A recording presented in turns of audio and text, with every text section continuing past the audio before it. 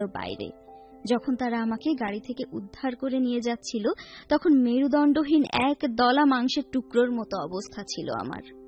আমার হাসপাতালের এই 2.5 মাসের অভিজ্ঞতা ছিল ভয়ঙ্কর। আমি হতাশার চূড়ান্ত অবস্থায় পৌঁছে গিয়েছিলাম।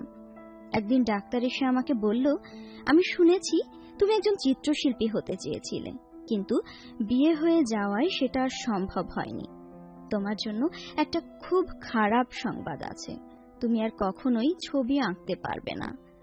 পরের দিন ডাক্তার এসে বলল, তোমার মেরুদণ্ডের অবস্থা এতই খারাপ যে এমনকি তুমি আর হাঁটতেও পারবে না।